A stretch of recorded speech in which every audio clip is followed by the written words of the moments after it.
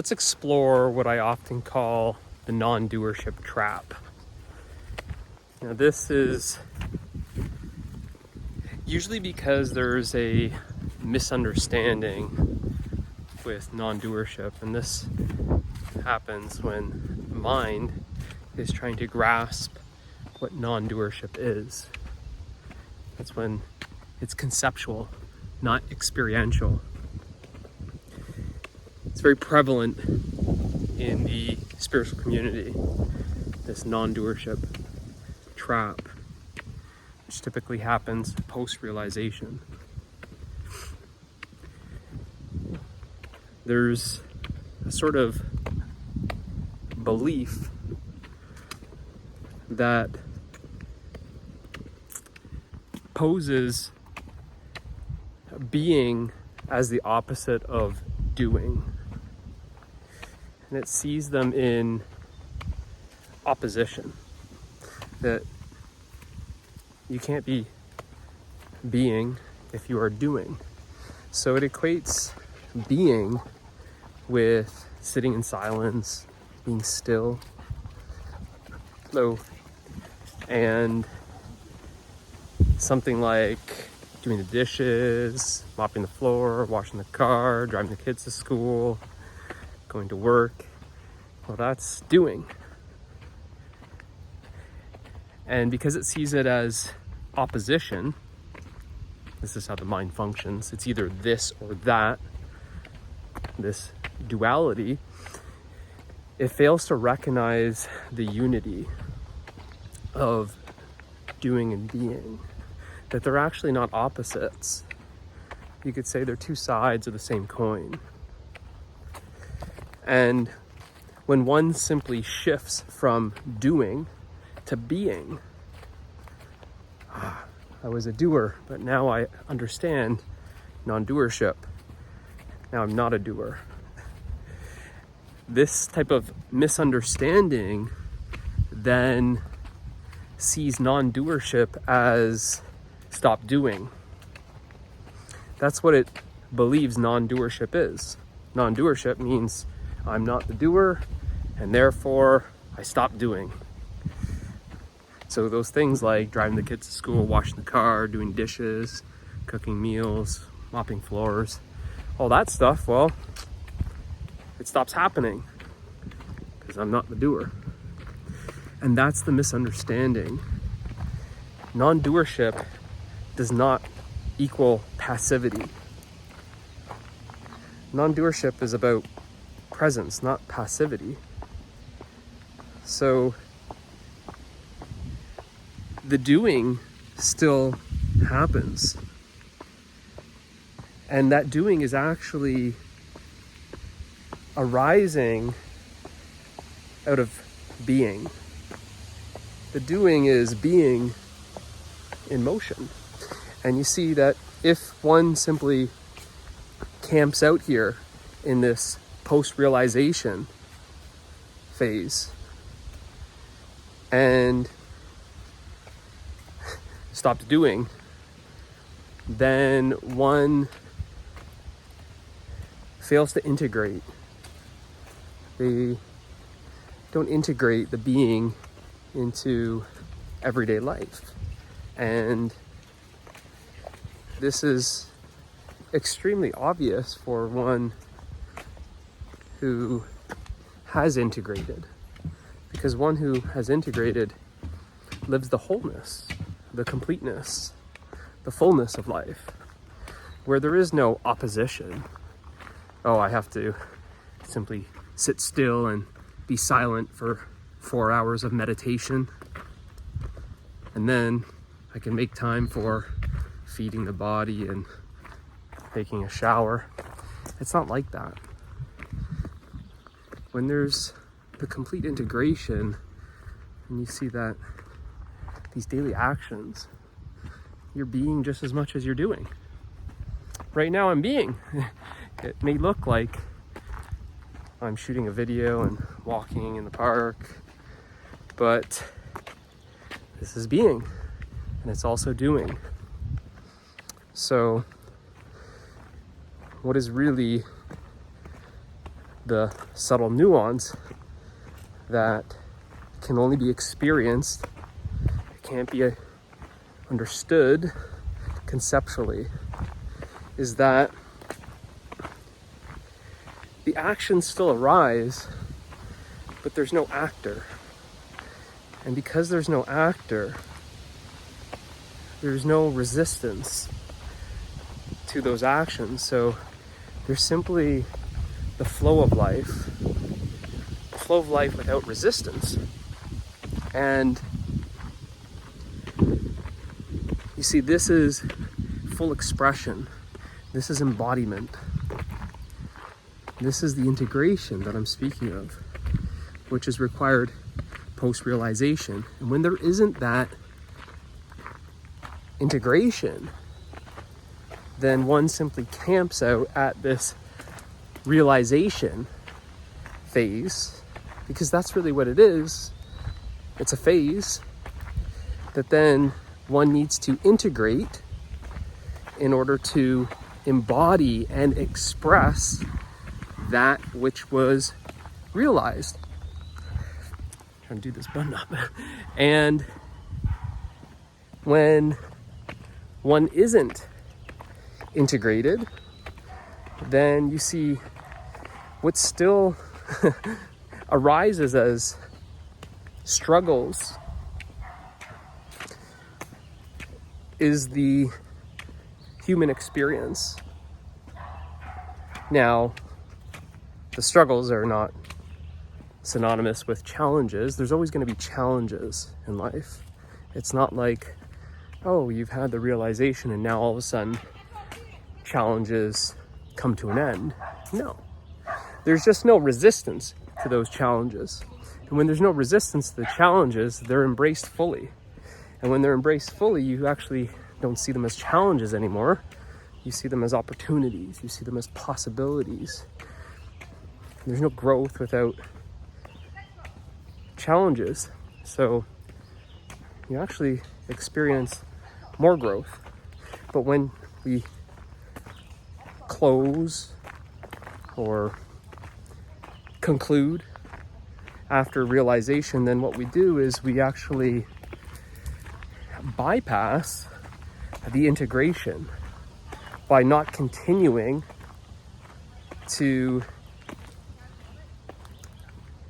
let's say, integrate into one's humanity, the human experience.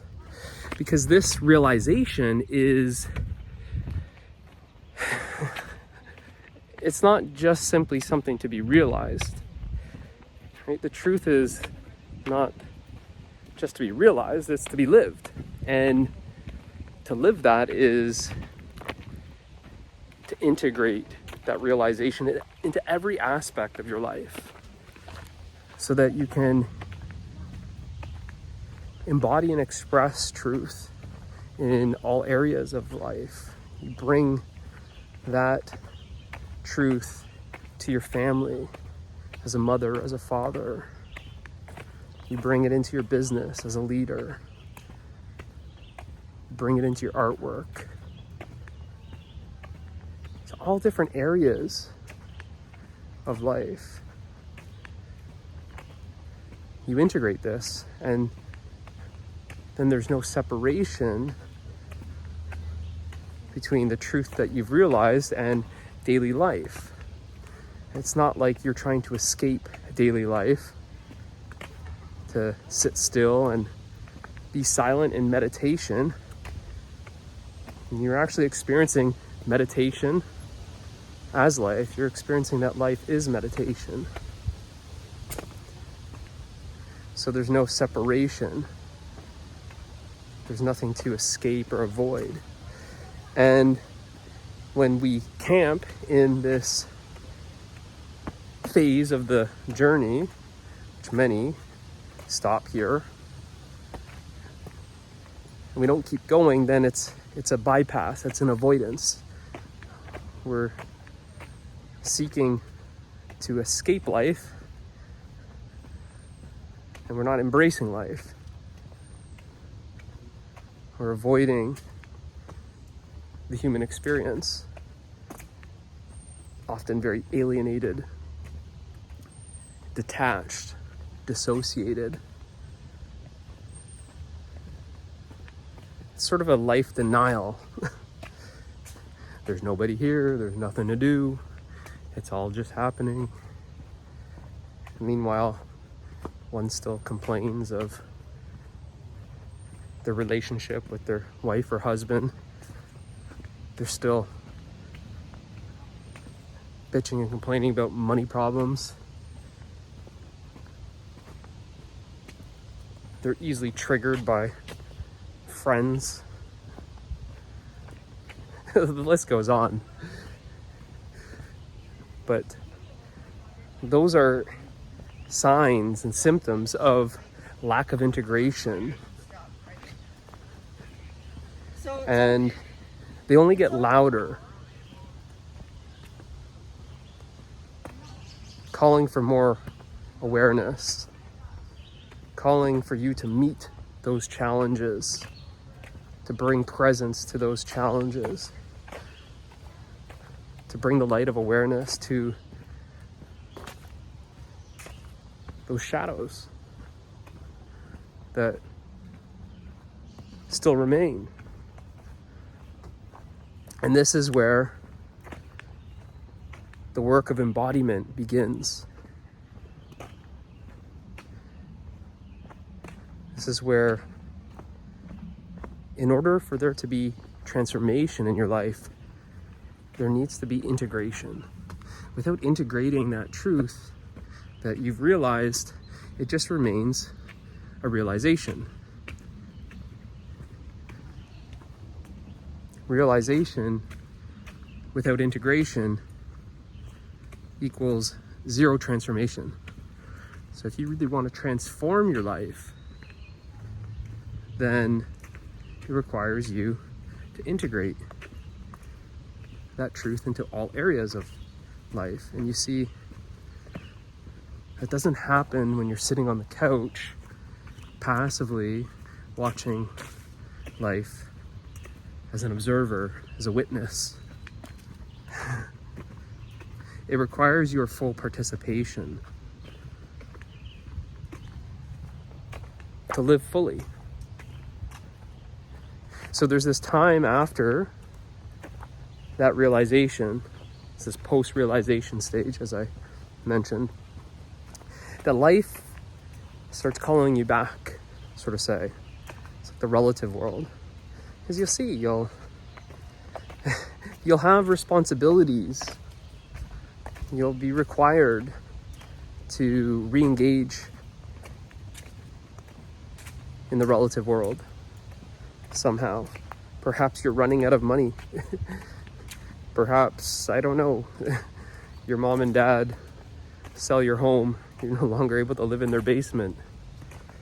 You see, it's these responsibilities that most are avoiding that allow them to comfortably camp in this post-realization stage, just avoiding life. And if you have this longing in you to live the truth that you realize, then you'll be resonating with what I say. And it's not really that you're resonating with what you're saying, you're resonating with this energy, the frequency of living truth, as I call it.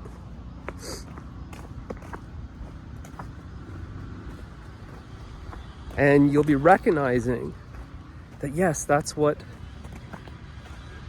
I long for. I long to live fully, not to avoid and be detached and dissociated and deny life as some passive observer sitting in silence, being attached to peace. See, with the full integration, you're not trying to transcend the relative to experience your true nature. You're not trying to avoid life to experience your true nature. It's all about experiencing your true nature in daily life. So instead of trying to step back from life to experience your true nature, I'm inviting you to step into life as your true nature. And this is the shift. This is the return back to the ordinary world, to the known. And this is where integration happens. This is where transformation happens. The transformation happens as a result of your embodiment, as a result of your expression, as a result of living truth. And this is why many still feel, although there could be some strong denial here, that there's more to go. Because in truth, there is more to go. What you realized was there is no start, there is no end, there is no limit. So what are you doing coming to a conclusion? Because a conclusion is the end, right? When we conclude, we create an ending, right? To conclude a story, to conclude a movie, to come to this conclusion is to close to the possibility of having truth transform your life totally. Because true transformation is total. So it's not about a little improvement here, a little improvement there. We're talking total transformation. This total transformation can only happen by living truth. So it's not something to be realized, but it's something to be lived. And that's the invitation. The invitation is to deepen, to root yourself right here on earth, in the mundane moments of life that we call everyday life. Washing dishes, changing diapers, driving kids to school, going to the office. All of this becomes transformed, and you experience the mundane as magical. You experience the ordinary as extraordinary. You experience humanity as divinity. So it's right here, now. It's not something to be understood. It can only be lived. And that's the invitation for you.